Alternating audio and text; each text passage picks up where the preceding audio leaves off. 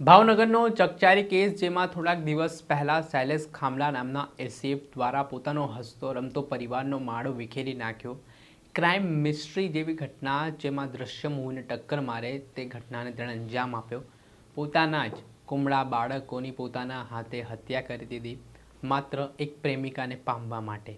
આ ઘટનાને લઈને જે શૈલેષ ખામલા જેના પ્રેમમાં હતો તે પ્રેમિકાનું પણ ગઈકાલે કોર્ટમાં નિવેદન લેવામાં આવ્યું। ત્યારે શું ખુલાસા થઈ રહ્યા છે, યુવતીએ શું ખુલાસા કર્યા, વિગતે વાત કરીએ।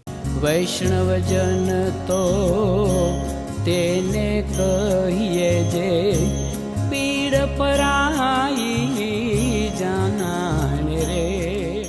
નમસ્કાર દર્શક મિત્રો, નવજીવન ન્યૂઝમાં આપનું સ્વાગત છે। હું છું ફૈઝાન। થોડાક સમય પહેલાં એક ચકચારી બનાવ સામે આવ્યો હતો જેમાં ભાવનગરમાં એસીએફ તરીકે ફરજ બજાવતા શૈલેષ ખામલાએ પોતાના જ પરિવારને મોતને ઘાટ ઉતારી દીધો। આ મોતને ઘાટ ઉતારવા પાછળ શૈલેષ ખામલા એક યુવતીના પ્રેમમાં આંધળો હતો ને તેણે પોતાનો હસતો રમતો પરિવાર છે તેને વિખેરી નાખ્યો।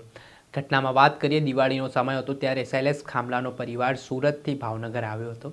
ભાવનગરમાં તેઓ રહ્યા, ત્યારબાદ આ શૈલેષ ખામલા પર શૈતાની જે વસવસો આવી ગયો, વિચારો આવવા લાગ્યા ને તેણે તેના જ પરિવારને પતાવી નાખવા માટે યુક્તિ ઘડી।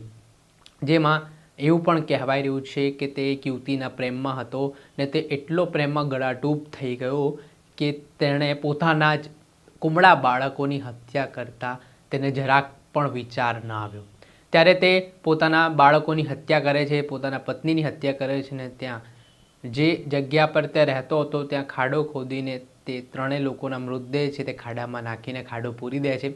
આ મામલે ભાવનગર પોલીસમાં ગુમ થવાની ફરિયાદ છે તે આ શૈલેષ ખામલાના પરિવારની થાય છે। પોલીસ તપાસના ધમધમાટની શરૂઆત કરે છે। હ્યુમન ઇન્ટેલિજન્સ અને ટેકનિકલ એનાલિસિસના આધારે પણ તપાસ શરૂ કરવામાં આવે છે અને અંતે શૈલેષ ખામલાનો ભાંડો ફૂટે છે। તેણે જ આ પરિવારની હત્યા કરી હોય તે પ્રકારની વાત સામે આવે છે। આ ઘટના બાદ માલધારી સમાજમાં પણ ભારે આક્રોશ ફાટી નીકળ્યો તો માલધારી સમાજે જિલ્લા કલેક્ટરને આવેદનપત્ર પાઠવી આરોપી શૈલેષ ખામલાને ફાંસીની સજા આપવામાં આવે તેવી માંગ પણ કરી હતી।